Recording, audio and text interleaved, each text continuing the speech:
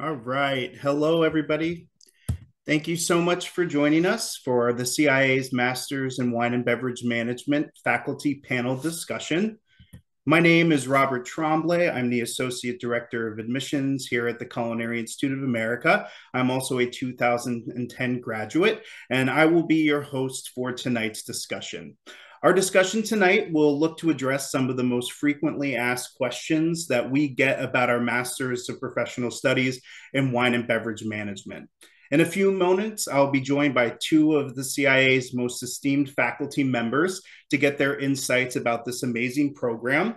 We'll then open the floor to you for some live questions at the end, so that way we can address any questions that you may have about our program. We will do our best to get to everyone's question. However, if we're not able to answer your questions live, we will get to them directly after the webinar. Now, before I welcome our special guests for our discussion tonight, I wanted to take a few moments to go over some basic details about the program to help set the stage for our conversation. So, one of the most important elements of this program is really the fact that it's delivered in a online format primarily. So, our Master Professional Studies is really delivered through a distance formatting. And it allows students to not only continue to advance their careers, but it also allows them to continue having their career as they go through our program. So with 27 of the 30 total credits happening through asynchronous online classes, students really have the flexibility to be able to meet deadlines for this program as their schedule allows. Now, in addition to those 27 credits that are done through the online courses, the other 3 credits are actually going to be completed through 3 short immersive residencies that are held on site at CIA campuses. These residencies we'll get into a bit further during our questions, but they're really immersive experiences for the students to gain a real understanding of the wine and beverage industry and get some hands-on learning while they're going through the program. Now, over the course of the 2 years, this program will look to take students through really the entire life cycle of a bottle and give them a deep understanding of some of the key processes that will take them through the product all the way from the vine to the customer themselves. Understanding the entirety of that process really makes this the perfect program for a wide variety of candidates. And students are really going to gain a unique and expansive understanding of the industry itself, where they're not only going to learn how to taste and articulate wine and other beverages, but they'll also gain key management skills that explore the business side of the industry. These supportive business classes really expand each student's understanding of the wine and beverage market even further, going into key elements of consumption trends, sales models, value chains, marketing, and public relations as well. Furthermore, just because this program is done online doesn't mean students aren't going to have immersive experiences. Students are going to take part in interactive tastings throughout the entire program, whether it's through their time at the residencies or even in their online classes. Students are going to have a significant amount of tastings as part of this program. And even through the online courses, students are going to utilize home tasting kits as part of the program that are going to be delivered to their homes at the start of each semester, so that every one of their wine-based and beverage-based courses are going to have a significant amount of tasting analysis and deep understanding of how to articulate these different types of beverages. So, when all said and done, this 2-year program really packs a ton of information into it and really helps prepare a wide variety of candidates for their time in this industry. So I'm really excited to get to welcome our panel of judges, I should say, panel of faculty members for our conversation tonight. First, I'd like to welcome Timothy Buzinski to our panel. Hi, Tim. How are you? Hi there. And yeah, we do judge sometimes. Absolutely. And as well, we have Christie Dufault on with us this evening. So if Christie can turn on her camera and unmute herself, that would be great.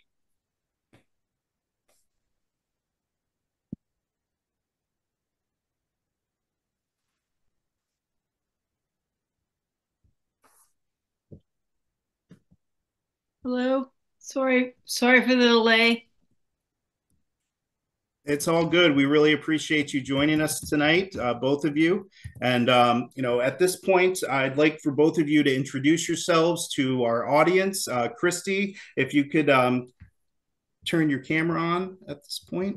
Is that working? Sorry. I'm so sorry. There you There we go. go.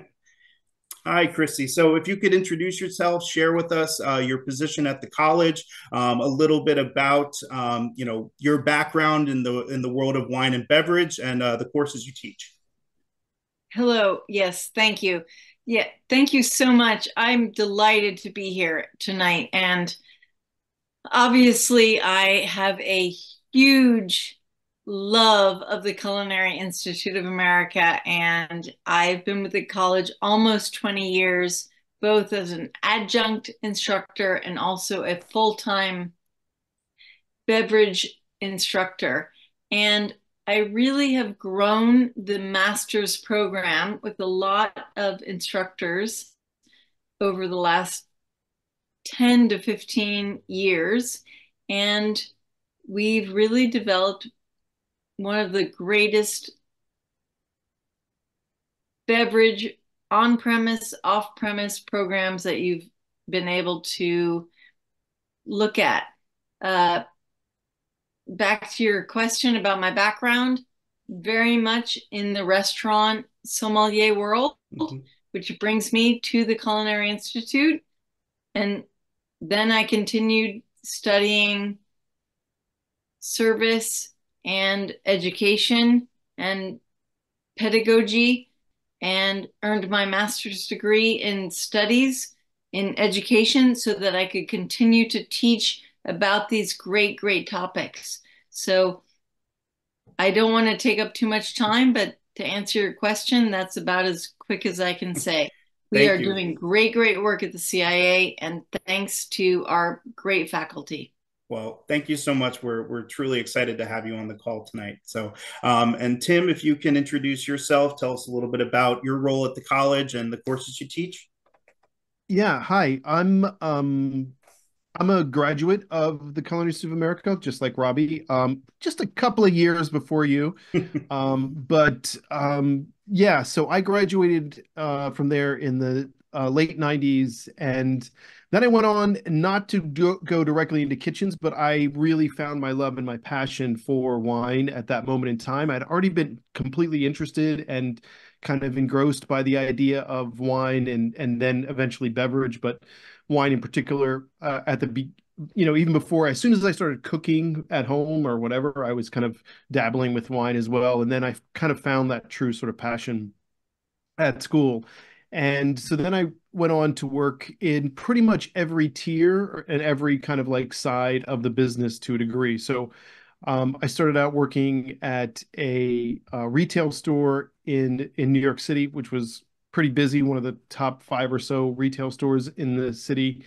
And that was a really great learning experience in terms of, just seeing sort of all that sort of aspect and learning how business was being done in a major city like that. And then I went on to work for a distributor, and I did a couple of different jobs with them. I did some education with them. I also did some work with the fine wine team that was there, really kind of like trying to kind of make those kinds of placements. And I was working, just dabbling with some other types of things in cooking and also kind of like somming to a degree. But then eventually I started to go to a couple of different other things. I went to an importer, and when I was working with the importer, I was mostly focused on sales, but it was basically a one-person show for 3, 4 states. So I was pretty much involved with a lot of the details that happened with that. And I had to have a very, connected sort of understanding of what was happening with the back end of that as well. And then eventually I kind of went back into sales in the New York area, just focusing with distributorship. And eventually the goal was to sort of develop my own business, which I did. I opened um, a wine shop in Hudson Valley in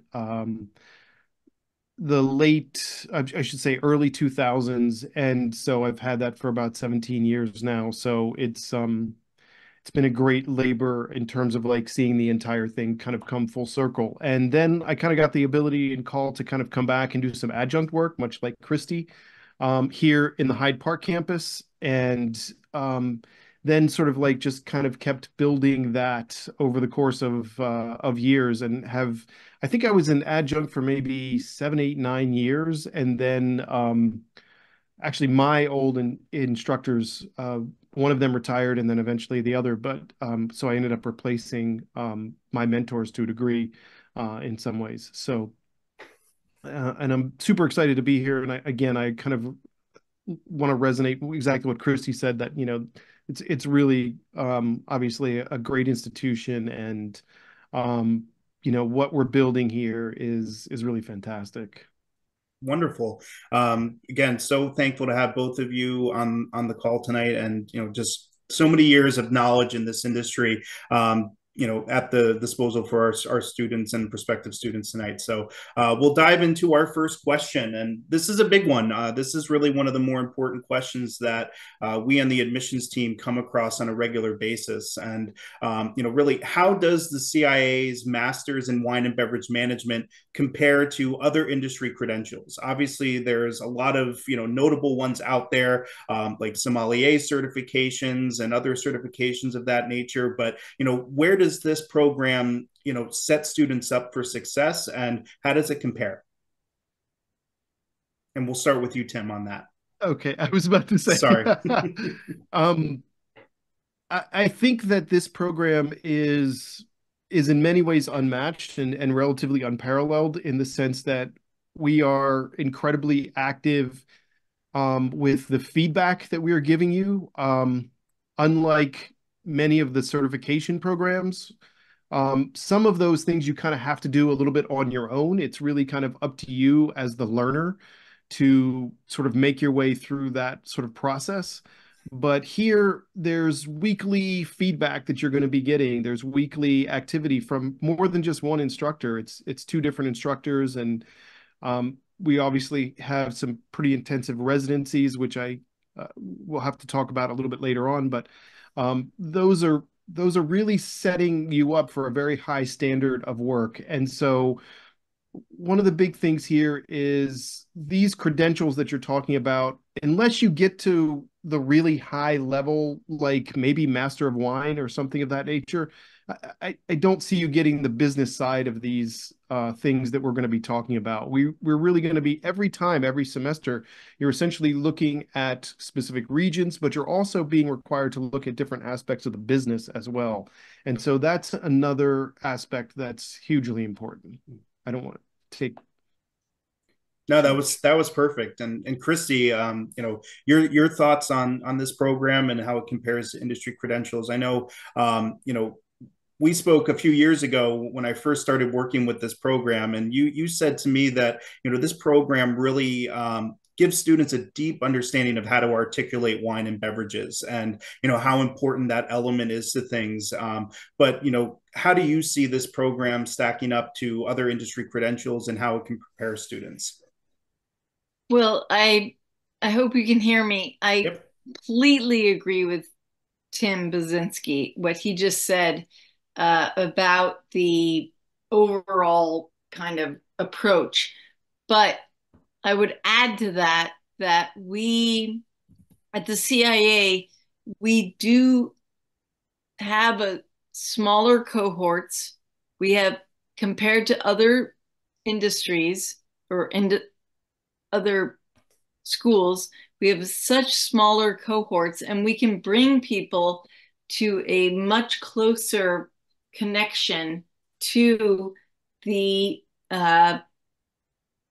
places that they want to meet.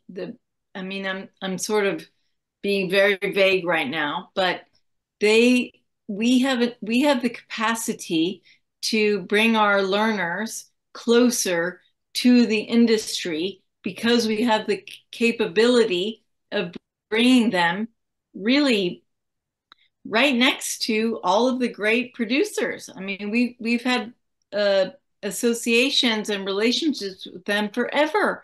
So one example that I will give is that we can, in the cohort, for example, with the master of Wine and Beverage Management cohort, we can send them, they can come to do the residencies with us, which are amazing. And then they can go off to do their work and their studies. And then they come back, and it's remarkable. I think Tim would agree that we have so many students that graduate and continue to have relationships in the industry and just carry on with so many relationships in the industry. And it's a remarkable thing. And it just keeps happening semester after semester and year after year. Yeah. So that's one thing that I'm especially proud of, and what sets us apart. Answer your question. Yeah, those networking relationships are so crucial and such an important piece of the program, whether it be with professors, industry professionals, and even the other members of the cohort that students go through the program with.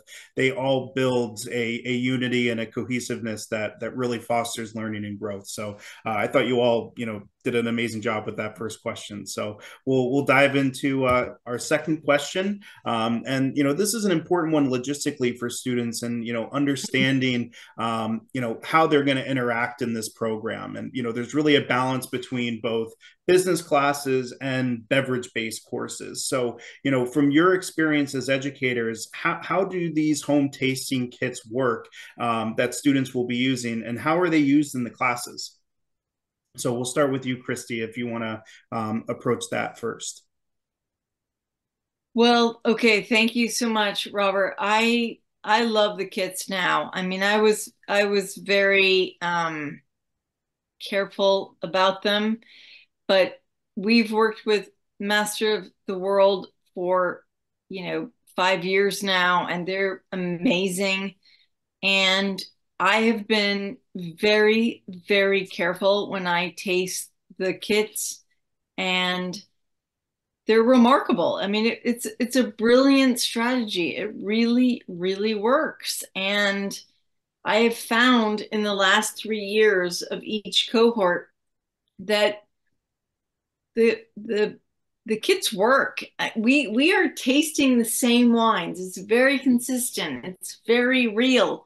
And their tasting notes are aligning with the instructor's tasting notes. Mm-hmm. So it's a brilliant system. It really, really is. And I'm proud of it. I think it's working so well. I really, really trust the Master of the World team and everything. We collaborate with them. And the feedback from our previous cohorts has been phenomenal. So that's my story. Maybe Tim could contribute to that. Well, I mean, I think, you say it really well. I mean, the Master of the World thing, I mean, just an absolutely amazing fact that was developed right around the time that we really needed it to be developed in some ways. And so basically, the kits, you basically order the kits early in the semester, and they basically come all together at one time. So you basically have all the wines there, and there's little tabs on the back that you can that have the name, the number of the wine itself, and what, when you're supposed to taste it. And we have all that information as well on the sites that we, work with. But then you basically can taste these totally blind. And then if you want, go back and that's what I suggest my students do, is that, taste them blind as if, not knowing what it is. But then you can kind of peel off these tabs and take a look at exactly what the wine is. And then my strong suggestion is to go back and then do that little bit of research and sort of start connecting the dots together between what we're learning in terms of the coursework and philosophical and terroir ideas and all these different ideas, and kind of bring that together and bridge that with what your palate's actually experiencing. And then you get that more robust kind of like learning that sort of happens because of the fact that you can kind of put these things together, what you're supposed to be thinking about and what you're actually tasting at the same time. And I'm very careful as well, as like with Christie was saying, in terms of tasting. I taste out of different types of glasses. That's just because I'm like not sure what you're tasting out of. So I try to taste out of like 2 different size glasses, 2 different style glasses or something, just to be, a little, sometimes I get subtle differences, but overall, in general, just like Christie said, the tasting notes are consistent. Of course, there's always going to be one or two, tasters that are going to be in a slightly different place on maybe acidity or something of that nature. But in general, there's a very consistent profile, and they kind of like really get the style of these wines, and we give you a chance to kind of like write about those a little bit, so we get a really good idea to kind of fill in the blanks that maybe aren't there on the tasting grids. And we give you full grids that are very similar to what you would see in any other certification program.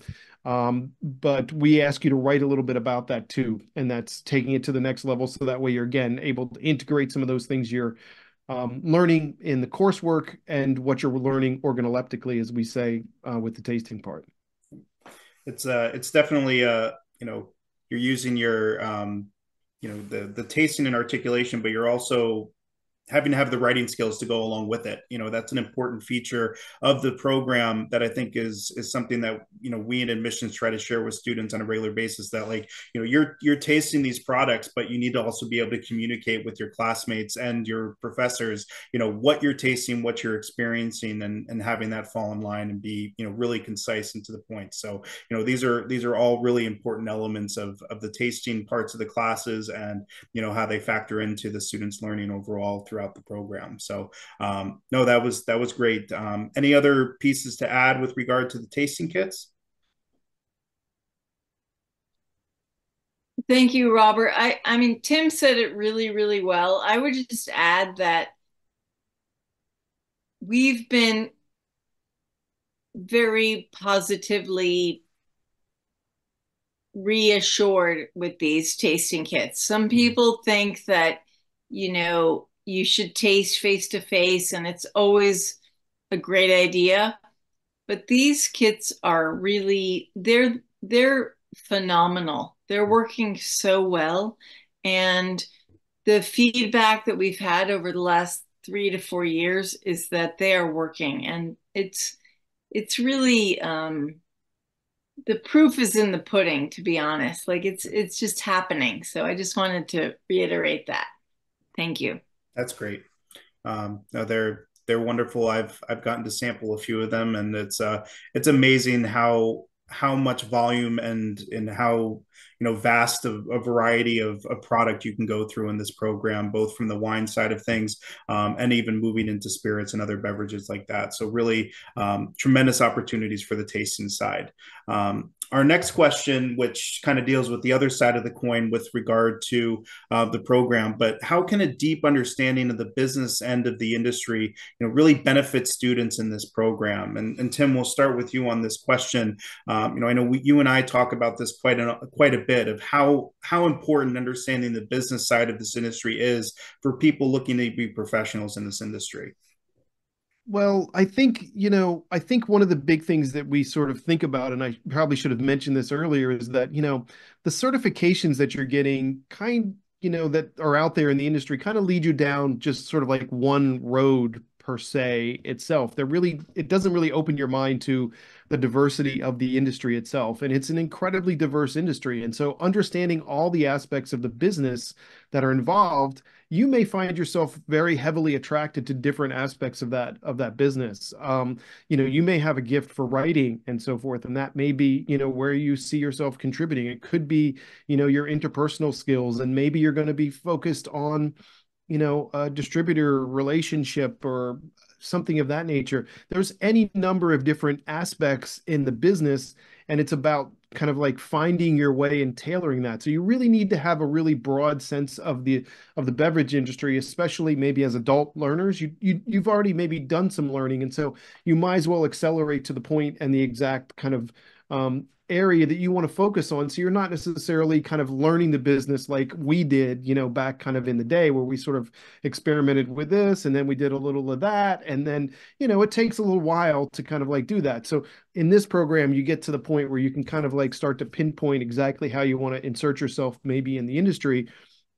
And that's really one of the great benefits that we have here. We're telling you about this, and we're telling you about this other thing, and it's up to you to decide, maybe which of those two directions you might want to see yourself, or you do see yourself actually, fitting into and being attracted to, and where that's going to happen too. There's, opportunities in different places because different states, different places have different ways of doing things. I mean, this is something I could talk about for probably the whole hour itself. So I'll just stop. No, that was fantastic, and Christie, your perception of the program, and with regard to the business end of things, how can this really help prepare students from your eyes for the industry? Well, thank you, Robert. I can barely talk better than Tim Buzinski. He really nailed it. He's with all due respect, he really gets it, and he has the advantage of the business edge with our graduate students. Like that's his courses, and that's what he is such a strength at. And I respect that so much. The only thing I can barely add is that this is a program that gives our constituents the opportunity to explore, right? So many people come into this. They're keen to learn about wine and beverage and business of alcoholic beverages. They love it. They come with a passion. They're not exactly sure what they want to do, but they get a little bit of guidance through all of our material, through all of our content, through all of our courses.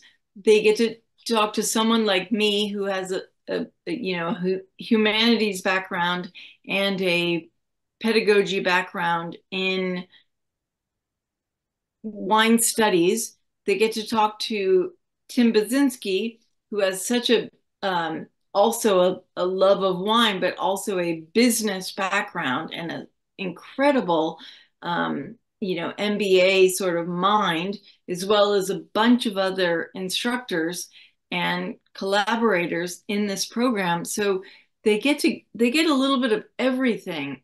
This program brings more than many of the wine programs that just do wine.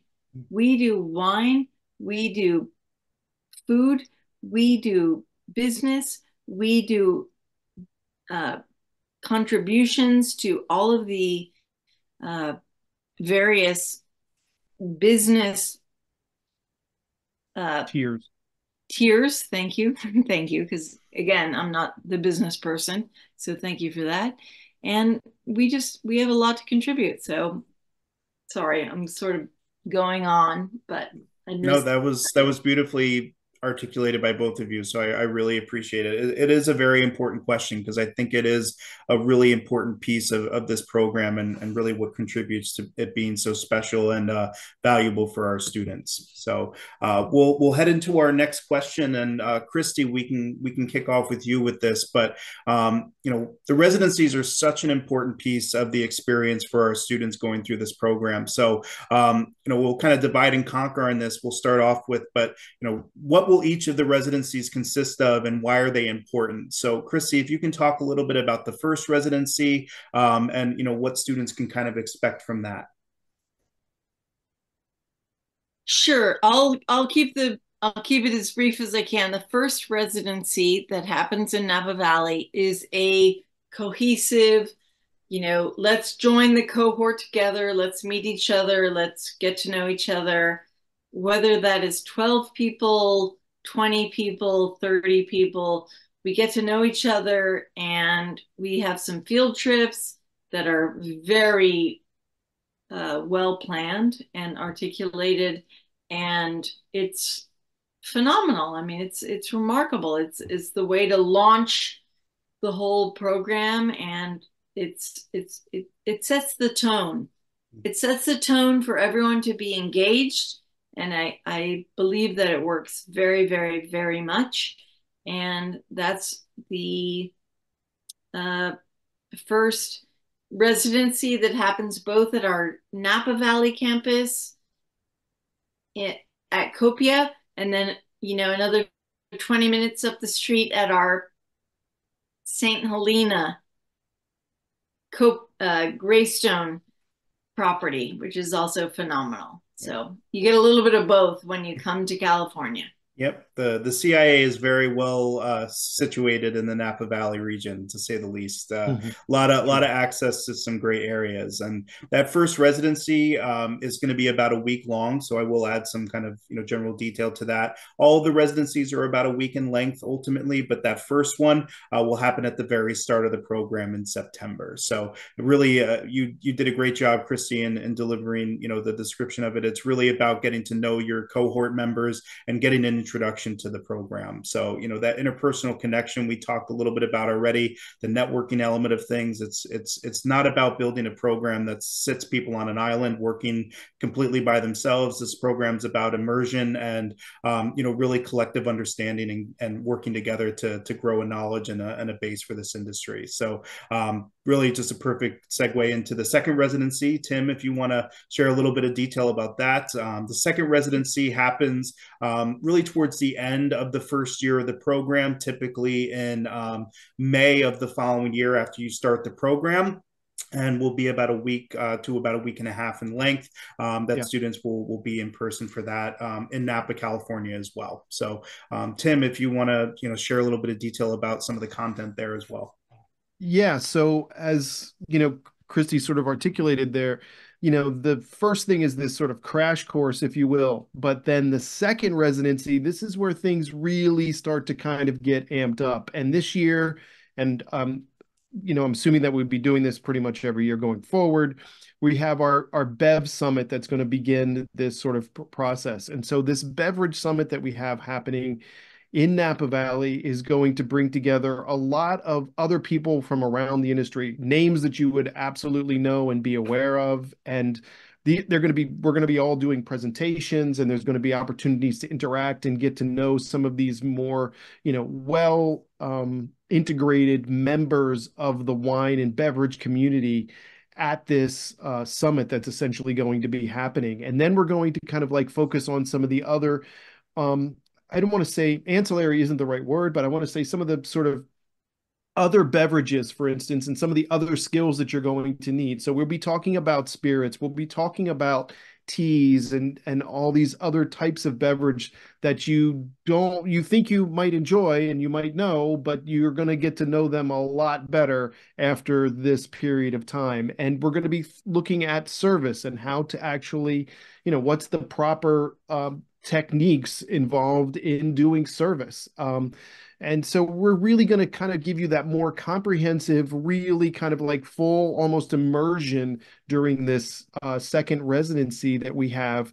And again, it's going to be in Napa, so you can really get that opportunity to be, around a number of different places. And yeah, it's going to be a little bit longer. As you said, it's probably 5 to 10, probably closer to 10 days because of the fact that it has this sort of almost two different aspects to it to some degree. Mm-hmm. So they're very full days and really great opportunities for a couple of different reasons. And you will, continue to build that cohort unity that happens in that first residency. And so we really sort of get this kind of full evolution of everything that's happening as you're kind of like moving towards that sort of second and final year.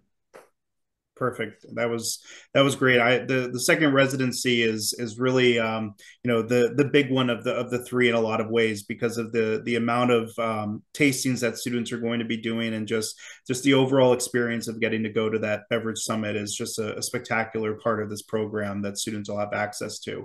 And then in talking about the third and final residency, which will take place at the very end of the program, not only includes graduation but also the presentation of capstone projects. So I'd love to hear from both you, Tim, and Christie, a little bit about, your experience with the capstone projects and maybe some ideas of, what students have shared in the past that have been successful. We don't need to go into anything proprietary if there's anything like that, but if you have any, standout suggestions or, ideas about how the capstone project has been, working for students in the past, that would be great. So Tim, if you want to start off with that, and then Christie, we'll have you wrap up on that question as well. Yeah, I think that's absolutely amazing. I mean, you kind of initially kind of called us judges, but this is kind of like where we do get the chance to kind of do that because Christie and I are usually the lead two people that are kind of looking at the presentations for the capstone project. And we work with you throughout the actual summer before this is ready. So we're working with you. There are deadlines to kind of help you build up to kind of create this capstone project. So we're kind of guiding you through this process. And so then you're essentially coming together with, again, a larger cohort. It's not just, you're going to be actually also with some people in the food business program as well that are going to be doing some presentations. And so you get this combination of meeting a lot of people that are kind of coming to this kind of like ultimate sort of moment right before graduation. And it's a series of presentations. I will say one presentation that stood out to me, was one student was looking at one region in specific and questioning the model of the most commonly planted grape in that region, and sort of like trying to understand or do a study to find out if that was in fact, the appropriate direction to go. Could there be other directions or other ideas or other grapes that would essentially be the great markers or the greatest expression, perhaps, or more consistent, or certainly more sustainable expression of that particular region and place. And so this is really, in my mind, the super fun time, because you essentially have done all the work at that particular point in time. And now it's time for you to come together with the cohort. You hang out with us for a few days. We chat, we talk, we hear from you. We give you some feedback, but the big thing is you've really done so much of the work, and then there's this amazing graduation. And so this is all happening in Hyde Park. Mm-hmm. We usually do a little sake thing. Maybe Christie, you can talk a little bit more about that, but it's really kind of the real joy of the program, because it's 2 years of very hard work. And I'm not even going to say that lightly. You're going to be expected to write well. You're going to be expected to do a lot of research throughout the course of the program. We expect that you're going to be working at a master's level in order to do this. And so this is the moment in time where it gets to be just a fun and a true celebration. So I don't know. Perfect. Say something else. Yep. And Christie, if you could elaborate a little bit on that, some of the experience you've had with the capstone, and any details you'd like to share. Well, thank you. It's hard to say more than what Professor Tim Buzinski just said, because he nailed it for sure, that the third residency is a big culmination of everyone bringing their projects and sharing them with the cohorts. And it's really remarkable. I mean, it is astounding. Last year, we were blown away for 3 days. I mean, we really were. It was incredible. And I think that we all learn from that. We benefit from that. It's remarkable. But to Tim Buzinski's point, we also have to work really hard to get there. So it's a 2-year process. Earning your master's degree is not a light topic. You have to write, you have to research, you have to do the work. You have to do the work, even if it's a topic that you love, love, love so much, especially if it's a topic that you love, love, love so much. I know that from my own experience. But when you get to that third residency and you have so much to share with the cohort and your professors and the other viewers and people within the CIA community, to Tim's point, it's remarkable. It's really incredibly rewarding. And that is something that we look forward to from the very beginning of, once you start in the program and you're very, very committed to it. Yes, it's 2 years of hard work, just as earning a master's degree should be. Mm-hmm. But by the time you get there and you present your capstone project at the end, it is remarkably, it is so fulfilling. It is so enriching. And I've seen it. We've seen it. We've seen it with our graduates already. They are flying with remarkable accomplishment. And that's what we want for our enrollees, for sure. That's what we want for everyone that enrolls and engages in this program. So that's my point. I love it. Both of you that really, that's what the program's about, is getting to the culmination and really getting to share what you've learned and create ideas and really grow into the industry, and the support that Christie and Tim provide to students along with the rest of our faculty. They make a difference in all of our students' lives and helping them get to where they want to go and sharing their ideas for the future. So, really a special part of this program are these residencies and that interpersonal connection that is really run throughout the entire program. So we have one more kind of set question before we get into the opportunity for students to put some of their own personal questions into the Q&A feature. But why should students choose the CIA's MPS in Wine and Beverage Management, and how will this investment impact their future? So, Christie, if we can start with you on that end, how do you see this program impacting students, and why should they choose it?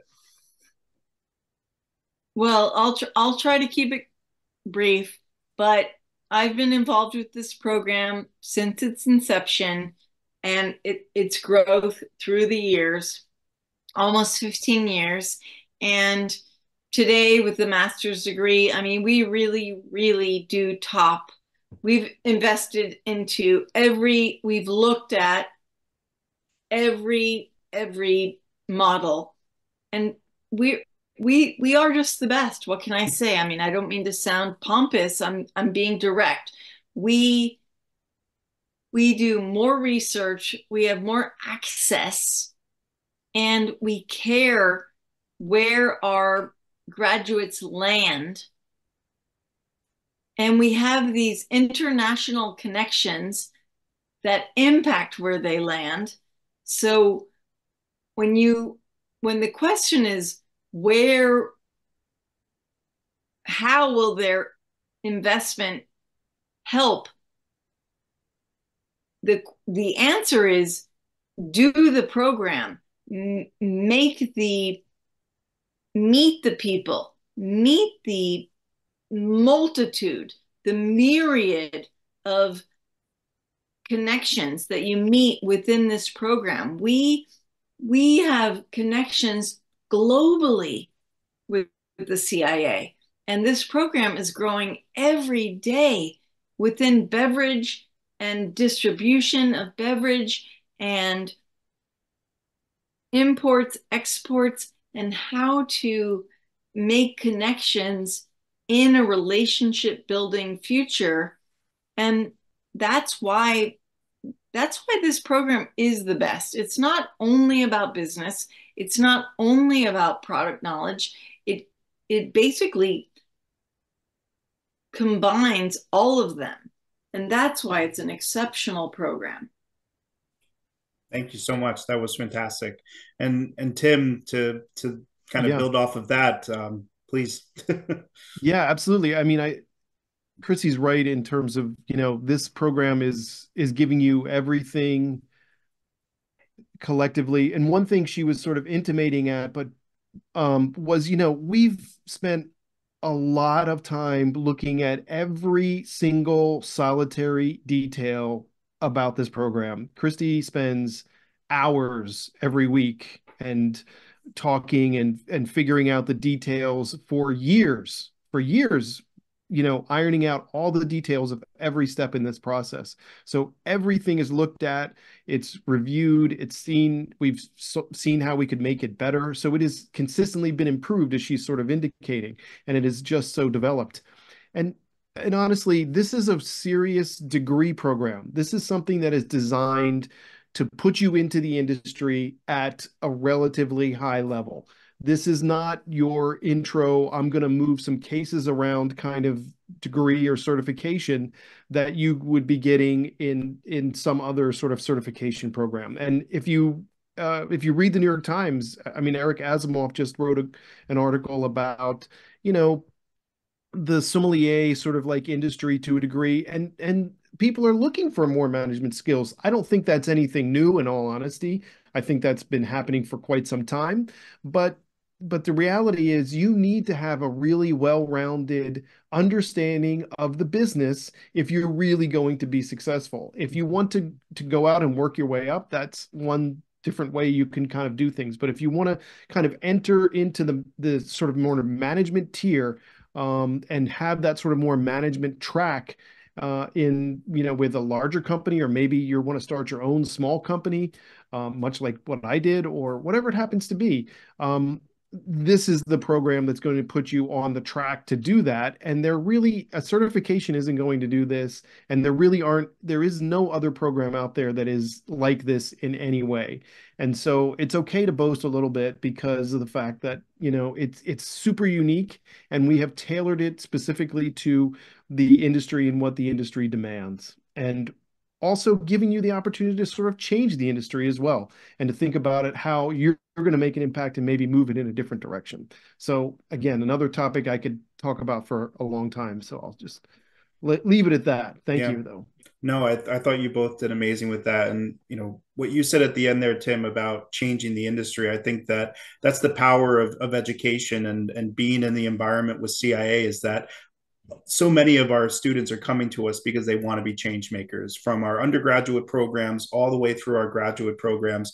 That's why students choose CIA, is because they want to be leaders in our industries, and our education is built to do that. So I thought, you both did amazing with all of our questions, and in particular this one. So I really appreciate your insights and your knowledge of our program. So what I'd like to do now is open the floor to our audience, and if there are any questions for our educators that you'd like to ask now, please feel free to add those to the Q&A while our students are putting those in. One question that I'd like to follow up on with both of you is with regard to the rigor of the program. Now, this is a graduate level program, and so the expectations are high for our students and their performance. So, Christie, if you can, talk a little bit about some of the expectations we have for students, and what we're looking for out of their performance.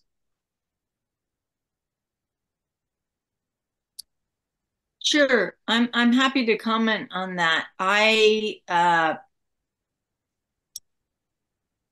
study wine and beverage and pedagogy, and I really, really care about how people learn.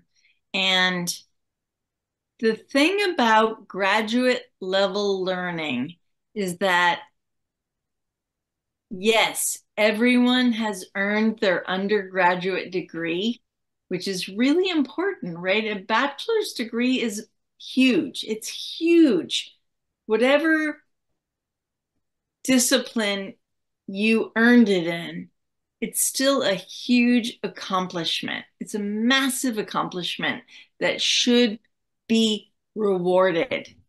So in this program, we only accept people that have a bachelor's degree, that degree. So you have to continue with your master's degree, and it's complicated. It is hard. It's very hard work. So I don't want to scare anyone away. I want to encourage people by saying, if you are willing to embrace challenge and embrace intellectual critical thinking, then you should come to our program, because that is what we do. People tend to romanticize the food and wine beverage world. Everyone romanticizes it. Oh, it's a wonderful field. Well, guess what? It is, until it's not.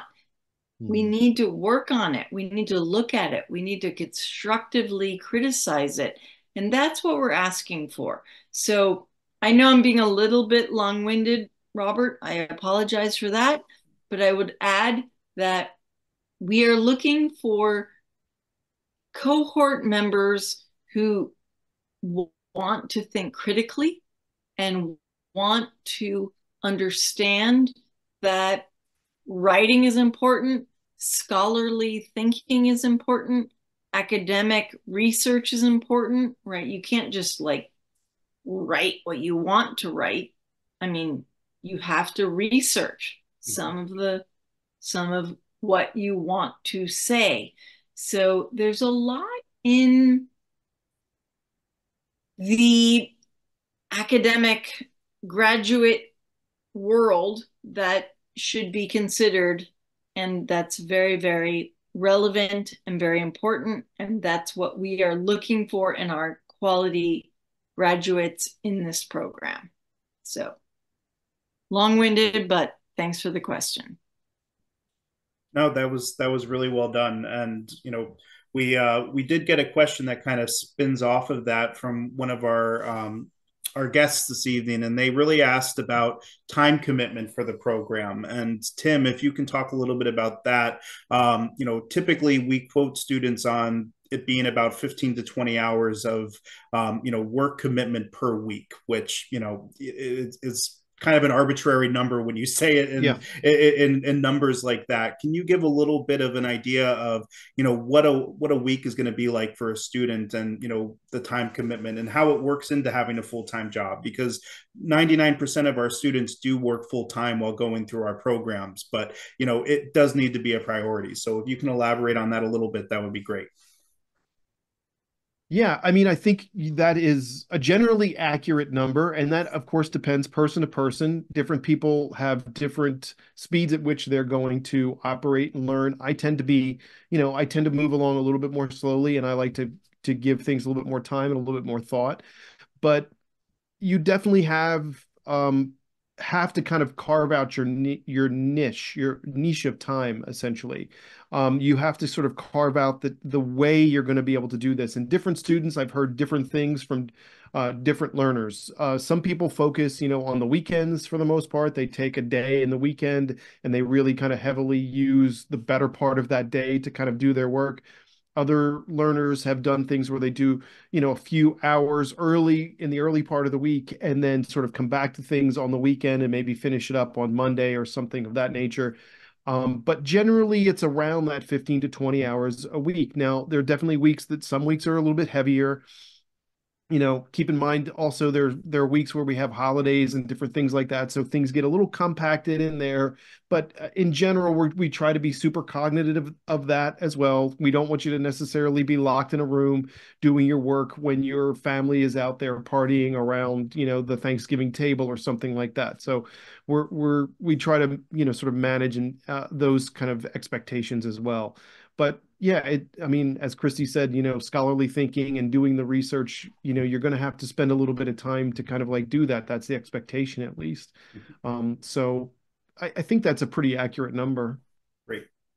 No, that's perfect. And kind of continuing down that line of questioning further, we did get a question with regard to people that come in with prior certifications that have experience in this industry. How can they really benefit from this program and build off of those experiences? Like if somebody has, a WSET level 3 certification or something in there, and some industry experience, is there really is that proper preparation, or is it too much preparation? Because really the program can be beneficial for career changers, but ultimately it is designed more for industry professionals. So Tim, if you want to expand on that as well. Yeah, I think I like that question, but I really think it depends on what you want to get out of the program per se. It's where do you want to see yourself and set yourself up. So this program will give you the opportunity to open any of those doors a little bit more deeply or a little more widely than they are at the moment, because of the fact that you're going to have this kind of like deeper thought process, this deeper learning process that's going to go there. So if you've got WSET 3, that's great in terms of your wine knowledge. You have a really solid background. um, that's going to only help you and make it easier for you to move through the process of our tastings and learning these regions. Because even if you're doing WSET 3, the amount of time you're going to spend on one of the courses that I teach, which is the Southern Hemisphere, you're not going to go into the detail that we're talking about. You're not going to be talking about the subregions of the Uco Valley and trying to understand and differentiate what's happening with those subregions and why you're going to see maybe more cool climate grapes planted in one subregion and maybe more of the warm climate grapes planted in another part of that subregion of the Uco itself. So those types of things are also going to be happening there. So we're going to allow you to sort of focus on, what part of the industry you want to focus on, but we're also going to deepen that knowledge and kind of really turn it up a little bit in terms of the details that you're looking at. Wonderful. That was fantastic. One last question that I kind of want to wrap things up with, and I'll address this to both of you, but we'll start with you, Christie. What's one piece of advice that you would share with students, looking at this program and potentially enrolling in the program? What's one piece of advice that you would share with them? Well, that's a big question, of course. Uh, I've been involved with this program for a decade, and I believe in its evolution so much. So I feel very strongly that it can fit into the lives of working adults who have a lot going on, and whether they have full-time or big-time jobs and families or small children or grown-up children, this program is designed for anyone that wants to earn a master's degree in wine and beverage management that can manage to contribute the effort over a 2-year span. So when you say what's your tip, my tip is do it if it's really, really in your heart. Do it. Find the time, because we're not asking you for every second of your week. We're asking you to contribute to a span over 2 years, to contribute to something that's very enriching. If you are very passionate about it, you will find the time each week to contribute to earning this degree that will enrich your life and find you a role in a industry that is growing and changing and exciting. Mm-hmm. And we need so many people to be in it, but we need people with these advanced degrees. I mean, we really, really do, because we need to lift this industry to an elevated level where we can inspire both suppliers, but also people that are just, someone that just wants to be a consumer. It's a big network of contributions. So, sorry, it's a very long-winded answer, but what I want to say, I'm sorry, is that by doing our degree, you will contribute to a much bigger web of a meaningful scenario. And that's what I want to say. Sorry, it's long-winded. No, that was wonderful. I really appreciate the insight and really just sharing the big picture with the students about the program and how it can fit into their lives. And Tim, a tip from you for students looking at the program. Yeah, I think the other big thing that we've kind of dabbled on throughout this it also is that you're not alone in this process, meaning that there is a cohort with you. And in so many ways, we're not taking you away from your life. We're really kind of bringing you in together into this new group. I mean, I still hear from the first cohort that went through all the time. They're constantly engaged with each other on an absolute regular basis.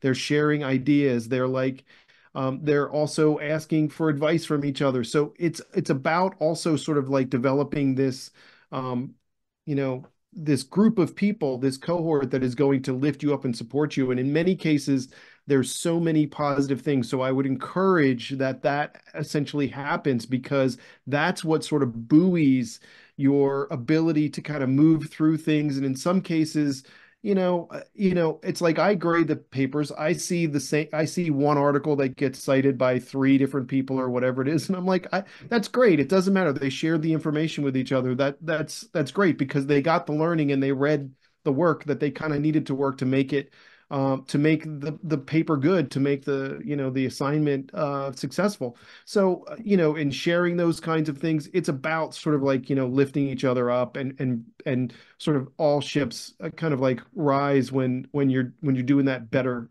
kind of quality of work. So I suggest that it doesn't necessarily have to be the whole cohort, but there could be two or three people that you're going to meet that you're going to click with. And that's the other side of the coin. Is the program enhances your life too.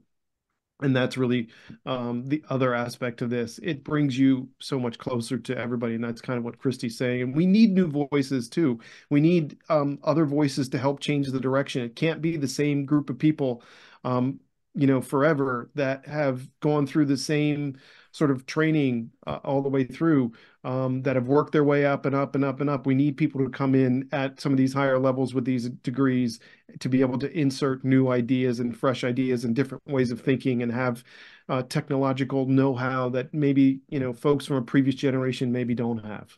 So there's a lot of things there. Sorry. No, I absolutely. Both of you just so eloquent and sharing your insights about, not only this program but the industry at large. So I really so thankful to have had you both on the discussion tonight, and you make amazing panelists, and as I said at the beginning, amazing judges too. So really appreciate you two joining us. A couple of things I want to just share with our viewers before we depart. Most importantly, we do have a priority application deadline for this program of March 15th. So what that priority deadline means is that if you complete your application prior to March 15th and you are admitted to the program, you will be guaranteed a spot for the fall class in September. If you complete your application beyond that date, we still will continue to work with you. However, it will be on space availability. So if you want to ensure that you do have a spot for the September class, I do encourage you to get your application submitted as soon as possible. We still have a few weeks before that deadline. So we are in admissions ready to work with you directly one-on-one to make sure you get everything submitted and get you ready to be reviewed by our review board. I did want to go ahead and share with you all my contact information. Again, my name is Robert Tremblay. I am the Associate Director of Admissions at CIA, and you can reach me directly at robert.tremblay@culinary.edu. That is my direct email address, and if anyone on the call tonight is looking to apply to the program and would like a waiver fee for the application, please send me an email as soon as possible so I can get you set up with a waiver code to waive the application fee. But again, I wanted to say thank you so much to our panelists, Tim and Christie. You guys were fantastic this evening. I really couldn't be more thankful for having you all on. And I thank you to our guests. I hope you got a lot of your questions about our program answered. We are here to help you in admissions, so please feel free to reach out to us for any additional questions you may have. But we all look forward to seeing your applications come through soon. Thank you all so much. Have a great night. Thank you. Thanks so much. Bye now. Bye.